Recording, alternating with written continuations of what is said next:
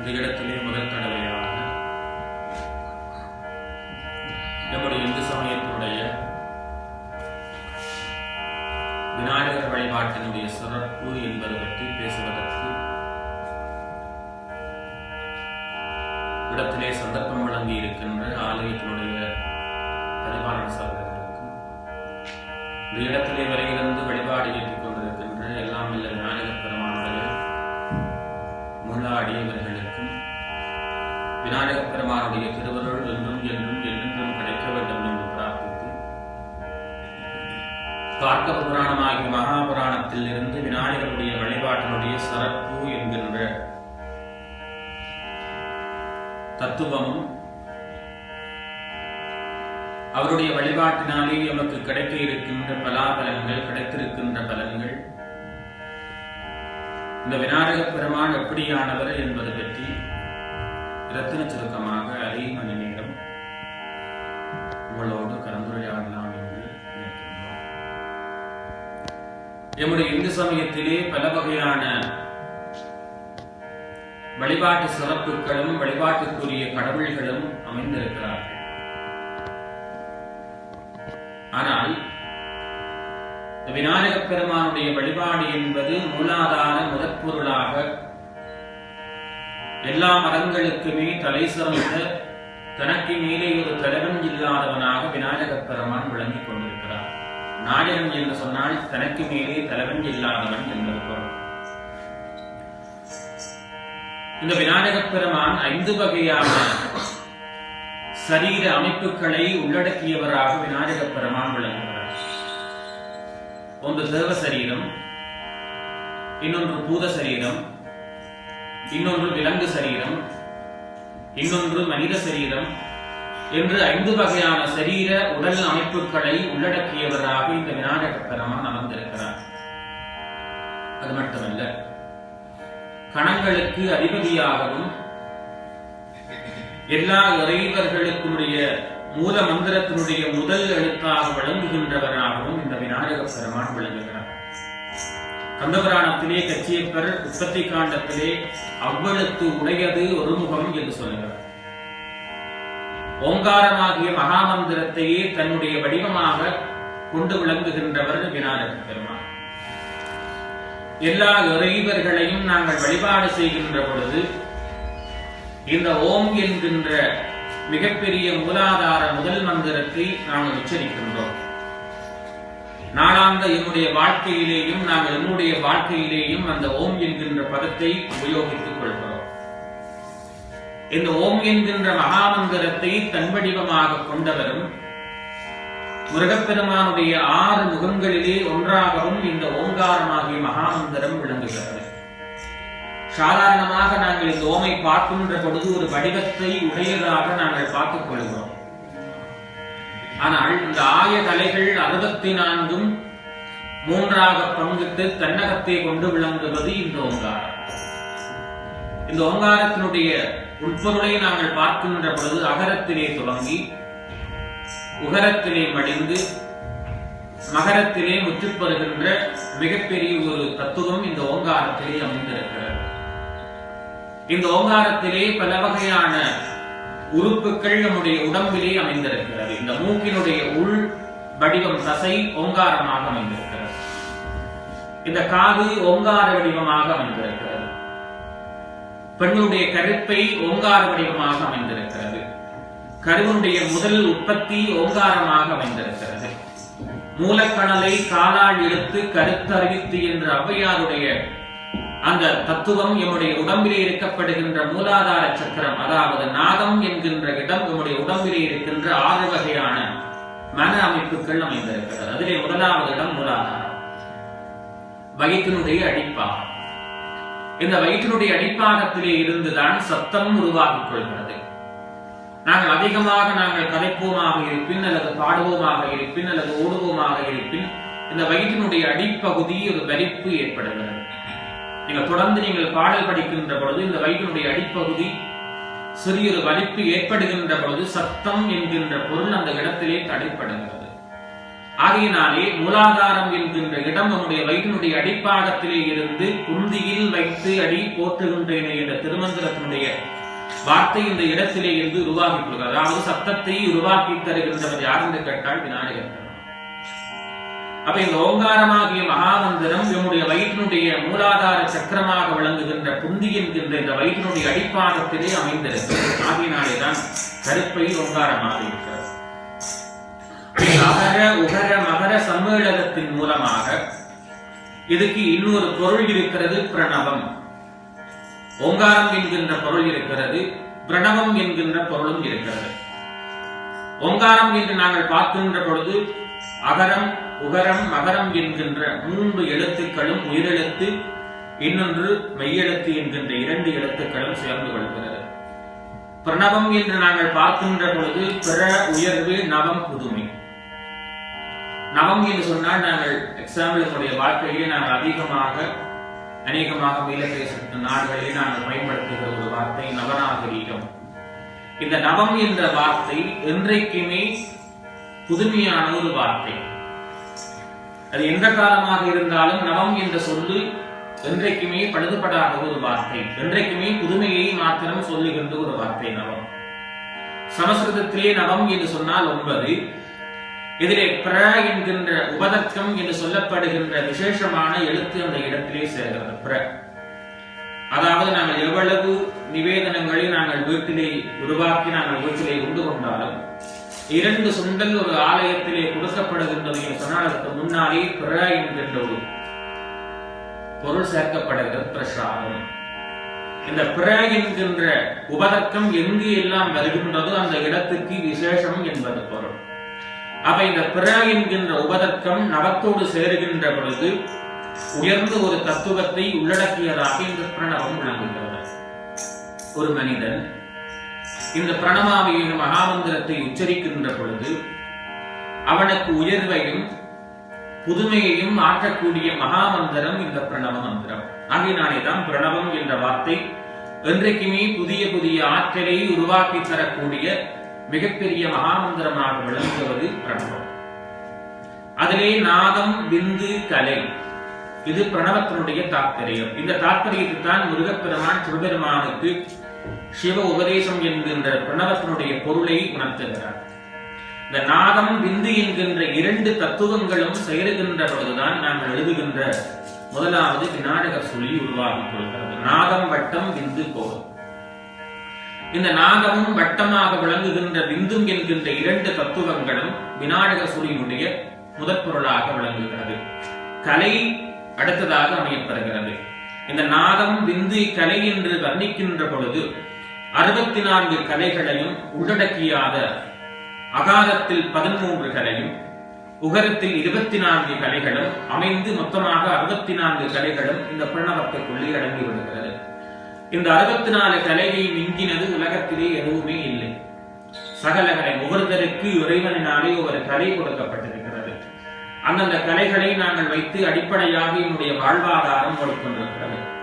ஆகையினாலே இந்த பிரணவம் என்கின்ற மகாமந்திரமும் நாதம் பிந்து கலை என்கின்ற தாற்பயமும் சேருகின்ற பொழுது பிரணவத்தினுடைய மிக முக்கியமான தன்மை அந்த இடத்திலே விநாயக பெருமானாக விளங்குகிறார். ஏன் விநாயக பெருமான் நம்முடைய இந்து சமயத்திலே முதல் வழிபாட்டுக்குரிய தெய்வம் என்று சொன்னால்,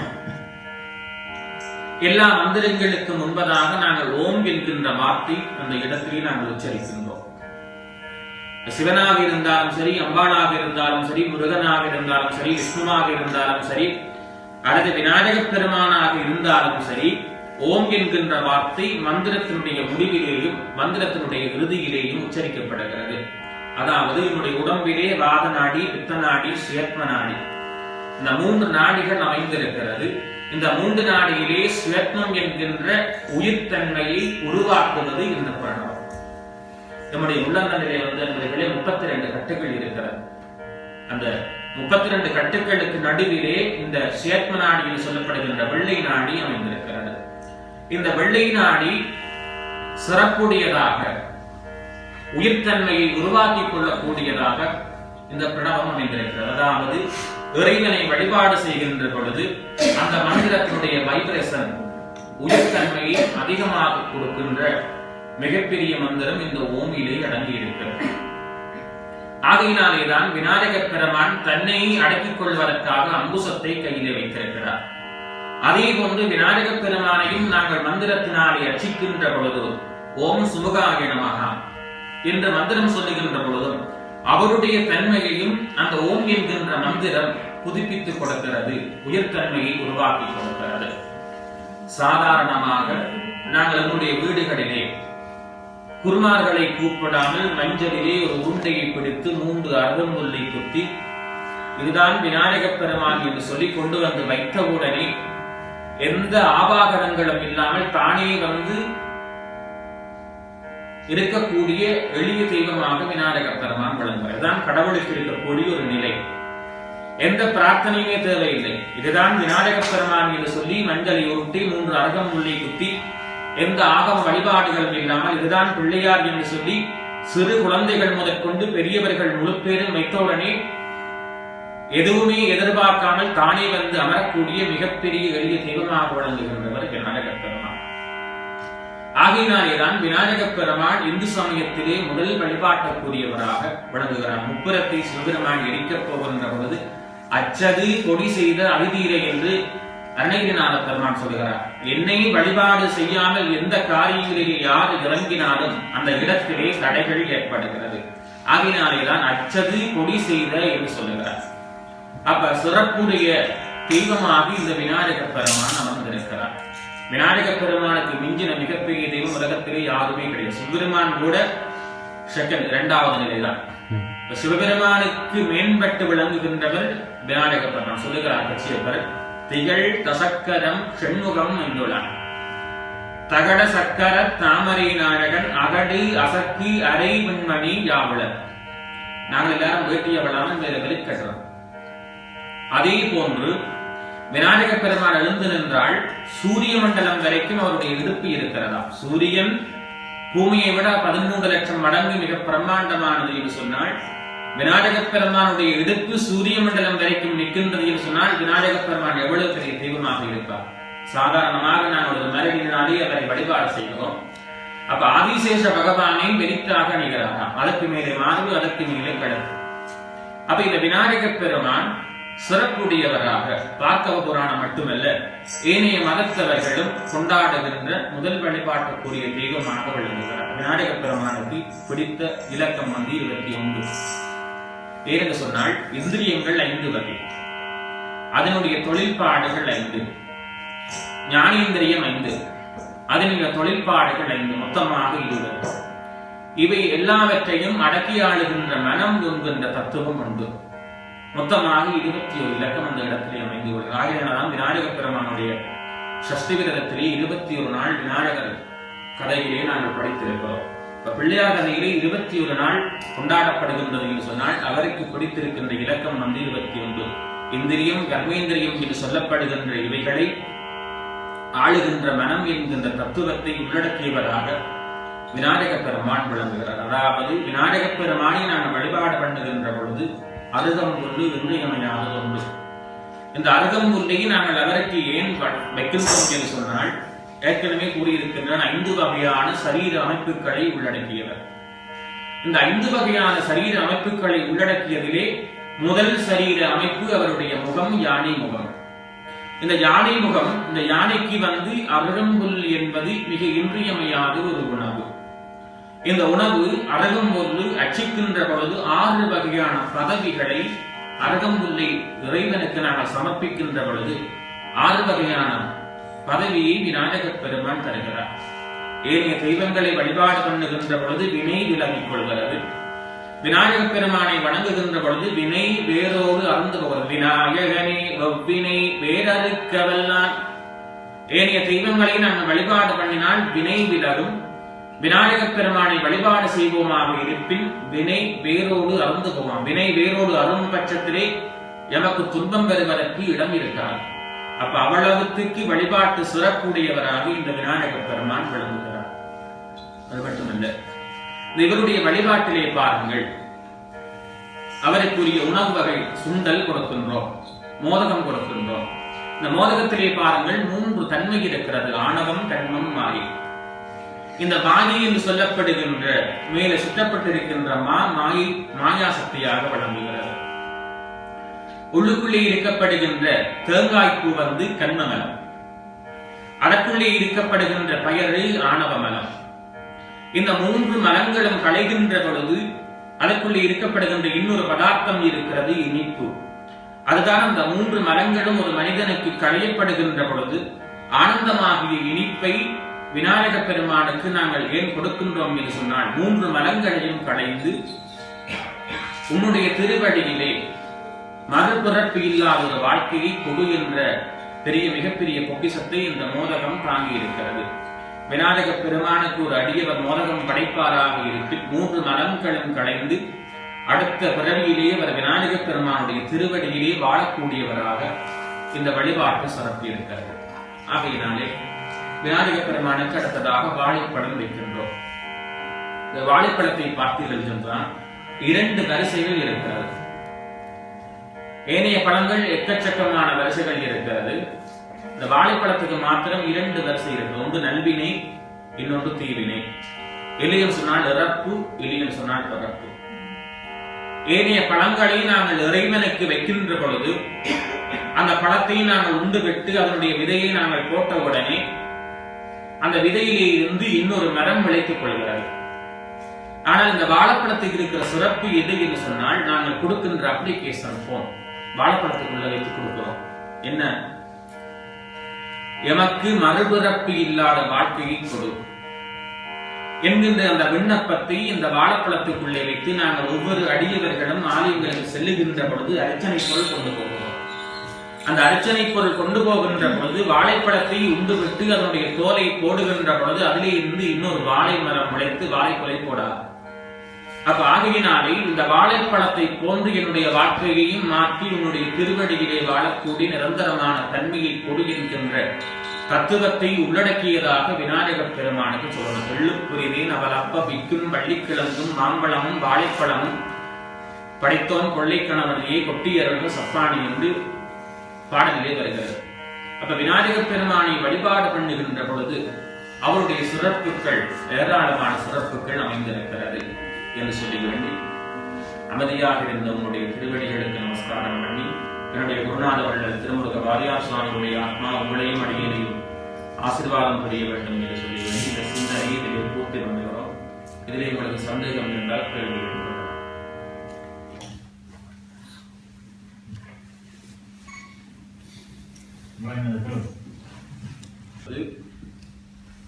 கைலையை விட்டு இறங்கி எம்பெருமாட்டி வருகின்ற பொழுது கங்கையிலே எம்பெருமாட்டி தன்னுடைய வலது கையிலே இருந்து செந்தூரம், மஞ்சள் இந்த 2ம் சேர்ந்த திருமேனியை அப்படியே பார்வதியானவள் உருட்டி ஒரு உருண்டையாக இதுதான் விநாயக பிள்ளையார் என்று சொல்லி நான் நீராடி விட்டு வரும் வரைக்கும் யாரையும் உள்ளுக்கு அனுமதிக்க கூடாது என்று சொல்லி ஒரு குழந்தையை அந்த இடத்திலே உருவாக்கி வைக்கிறார்.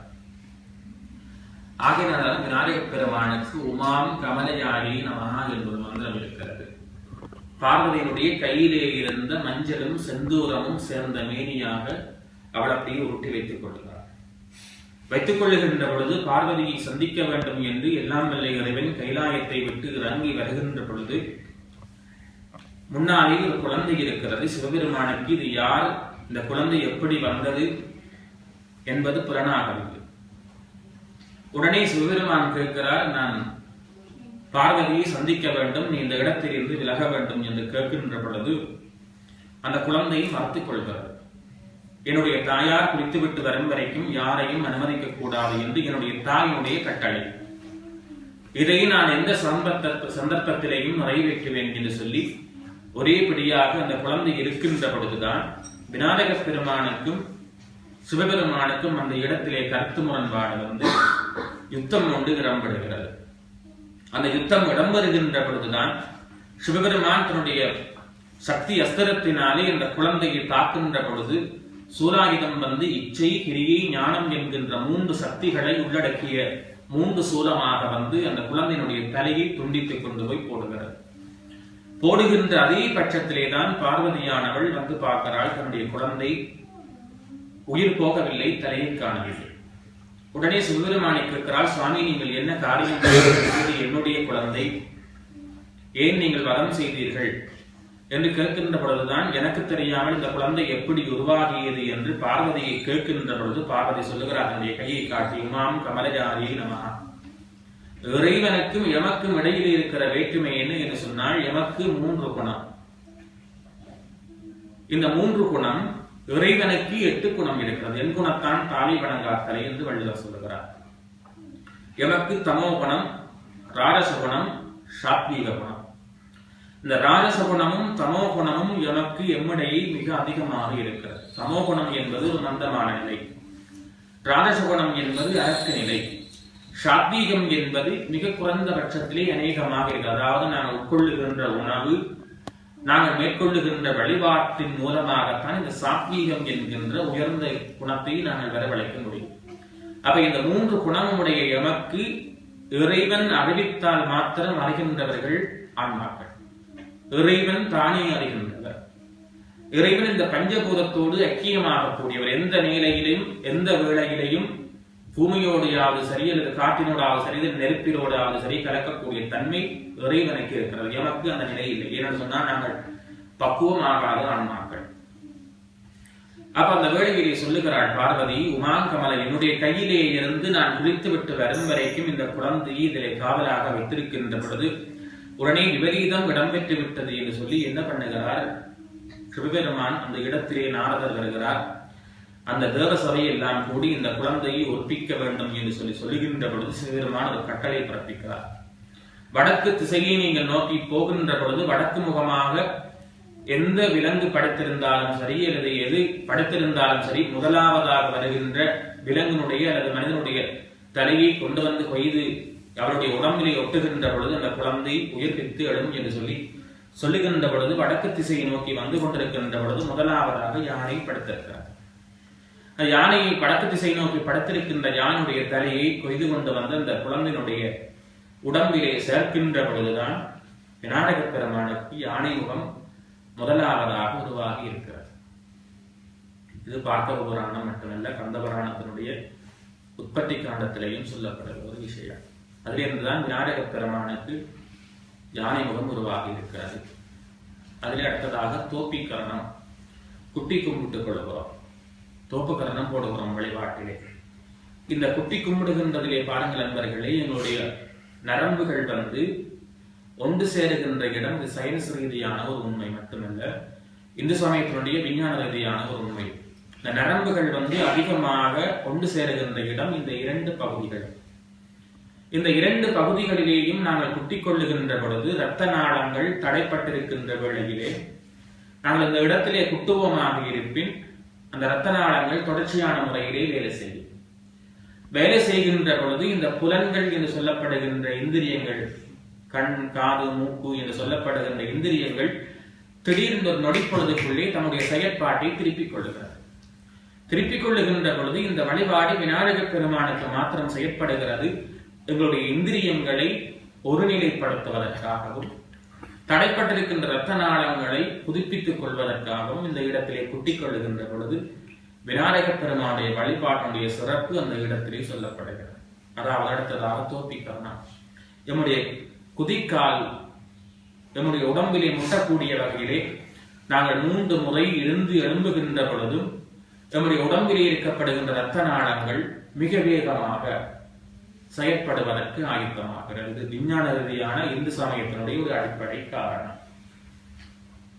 ஓகே, அடுத்ததாக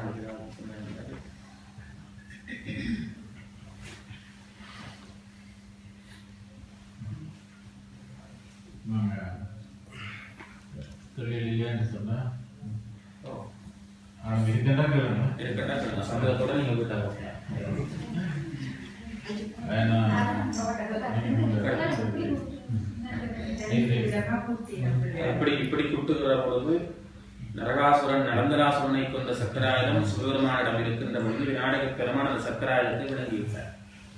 விளங்கின உடனே விநாயக பெருமானுக்கு இப்படி குத்தி கும்பிடுகின்ற பொழுது அவருக்கு தன்னை மறக்கக்கூடிய ஒரு ஆனந்தம் இந்த வழிபாட்டிலே அவருக்கு இருக்கிறது. அதனால நாங்கள் வழிபாடு செய்கின்ற பொழுது இப்படி கைமாறி குத்தின உடனே என்ன வரமாக இருந்தாலும் உடனே தரக்கூடியவராக விளங்குகிறார். அப்ப சக்கராயுதம் உள்ளுக்குள்ளே விளங்கிய சக்கராயுதத்தை பெற்றுக்கொள்வதற்காக இப்படி நாங்கள் குட்டுகின்ற பொழுது அவர் உடனே சிரிக்கின்ற பொழுது சக்கராயுதம் வெளியிலே வந்து விடுகிறது. அந்த சக்கராயத்தை இறைவன் பெற்றுக் கொள்கிறார். அதை எப்படி குட்டினாலும் ஓகே, இப்படி குட்டினாலும்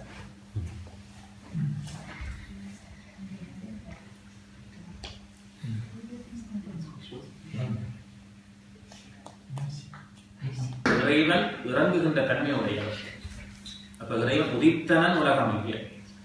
அப்ப இறைவன் வந்து எடுக்கின்ற நிலை அவதாரம் எனப்படுகிறது.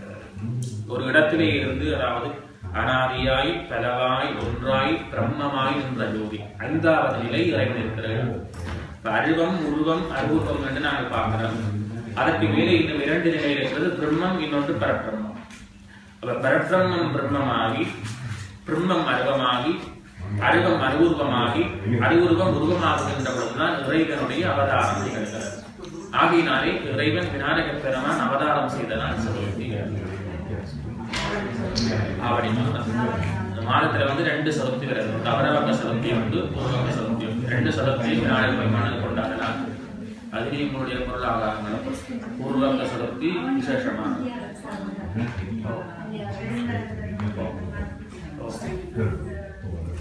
அந்த இந்திரியங்கள் 4 வகை, 5 வகை கர்மேந்திரியங்கள் 5 வகை, அதனுடைய தொழிற்பாடுகள் 5, மனம் 1, மொத்தமாக 21 நாள். இந்த பெருங்கதையிலே தான் விநாயக புராணத்திலே கடம்மாசுரனை சம்மாரம் செய்த நாள் இந்த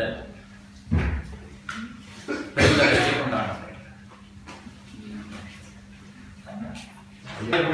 அப்பா அம்மா சைவ சமயம் தான்